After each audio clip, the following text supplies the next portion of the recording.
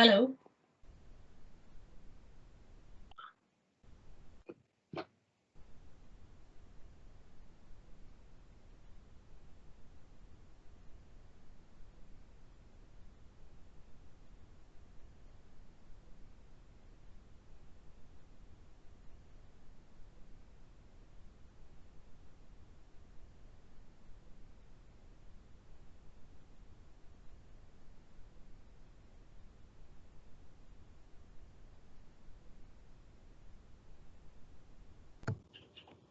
Hello. Hi, Linda. Is it working there for you? Yes, somehow the sound Oh, didn't work. okay. Well, I can see your screen, so you've shared it. Okay, thank you. Okay, no problem. So, yep, go ahead if you're ready, and I can hear you as well. So the sounds great. Okay. Great. So, hello everybody. Thanks for being here. I am Linda Odhiambo Hooper, and I'll just get right down to it.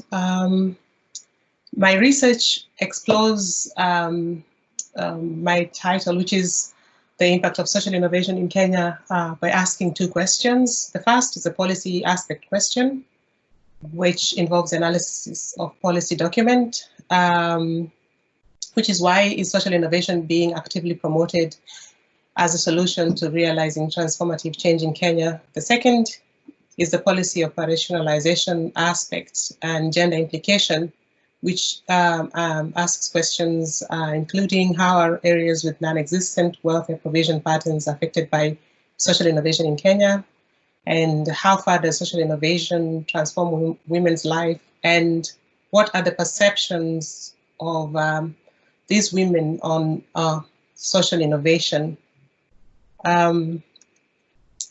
The next slide, I introduce the policy context, which is Kenya, a developing country with more than 40% of people living below the poverty line, 36% in absolute poverty, which means that there is a large proportion that are susceptible to shock over and above those percentages.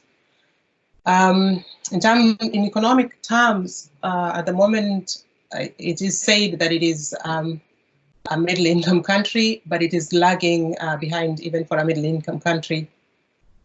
It has been on the development path from colonialist times in the 60s through the modernization, through structural adjustment programs, and now engaged with inclusive growth and social sustainable development goals. In terms of welfare, it is a mixed economy of welfare, which means that international development partners, non-governmental organizations, small public provision, the local community grassroots groups and families are all involved in providing welfare for citizens.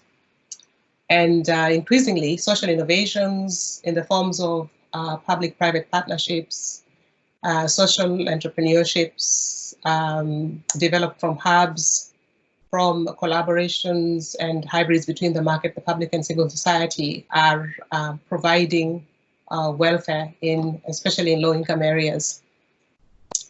In middle income and the top income categories, mostly the market provides, and this displays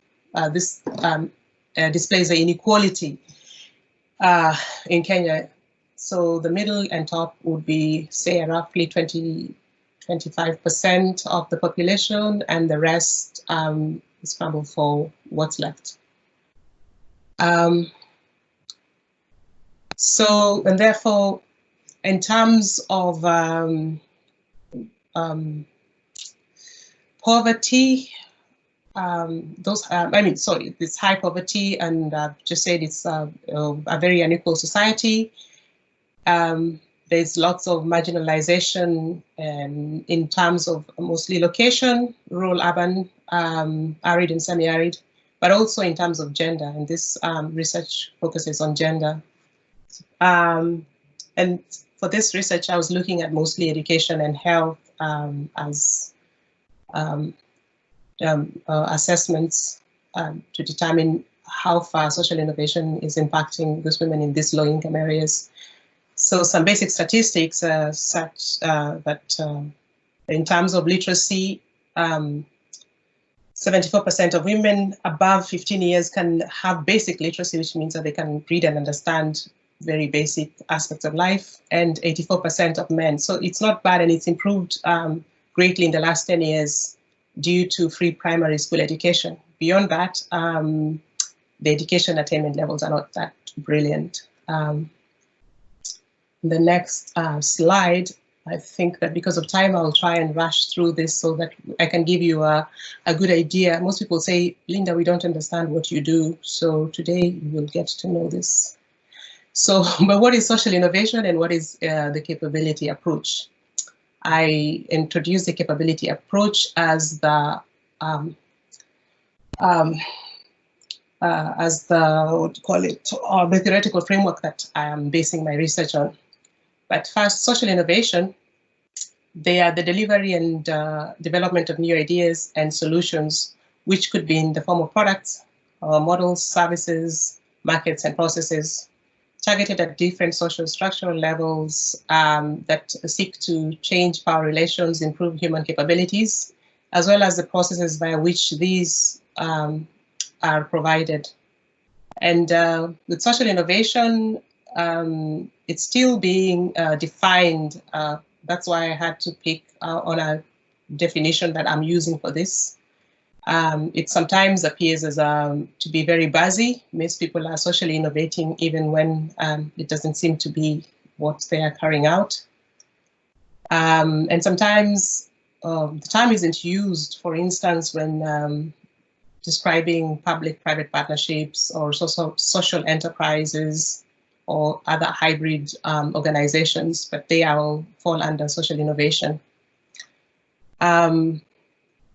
Social innovations also, why they're important, especially when it comes to poverty and development, is that they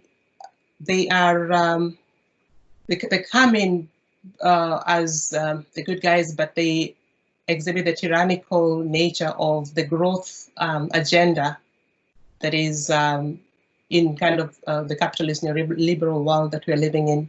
And so therefore we query what this means for real opportunities and sustainable outcomes.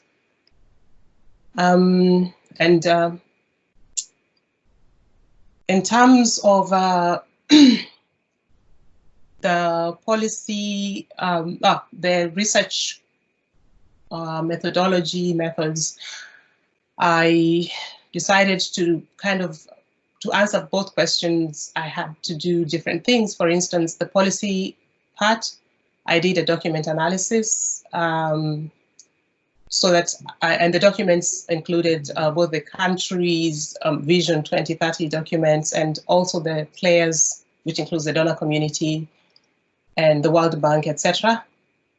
And in terms of the policy operationalization question, I conducted interviews and focus groups with among people who were beneficiaries of social innovation, to establish the impact of social innovation on poverty, on health, on education.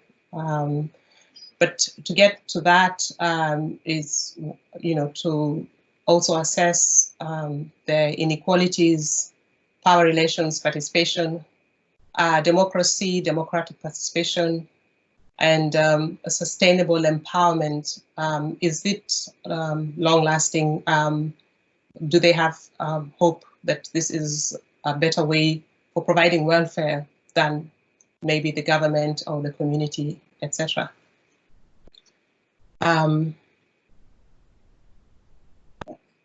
And to do that,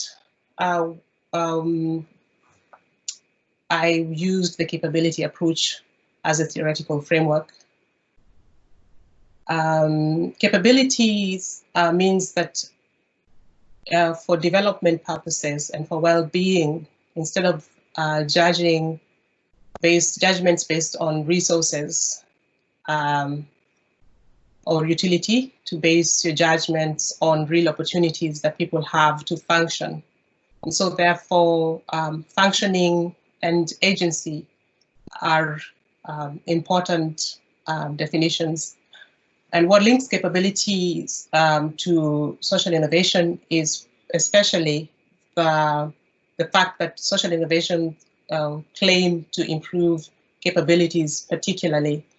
And so the theoretical framework lent itself perfectly to the analysis of social innovation, besides which the capability approach is quite prolific at the moment in terms of global assessments of human well-being, because they're what are behind the human development reports, etc. And I have just started my analysis. I have a few comments about that because I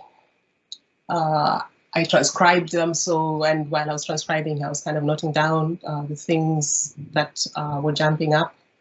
And one of them was that inclusive development and economic indicators in terms of policy are still very strong and kind of are the biggest push, which means that if social innovation claims that they're going to be, that social innovation is going to be disruptive of systems, then these are what to look for or to challenge.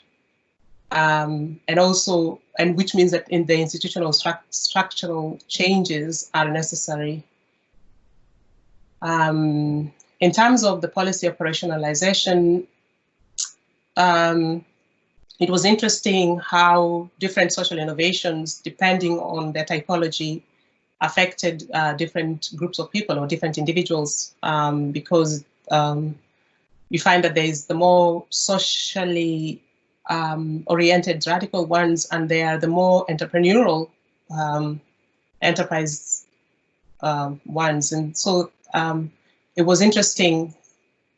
I think what's coming out is that the more radical ones actually are providing a more sustainable, more grounded change than the more entrepreneurial ones, which seem to be just a reinterpretation of what development has been and what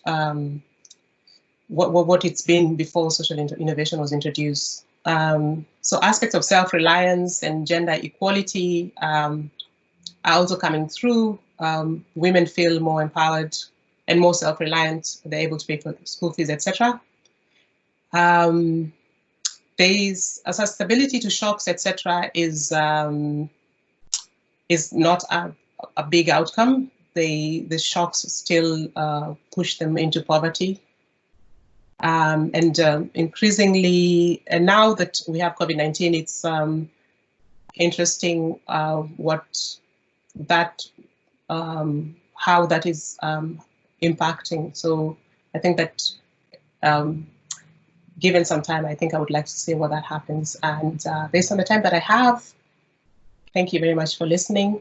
And bye. Let's have the questions. Thank you so much.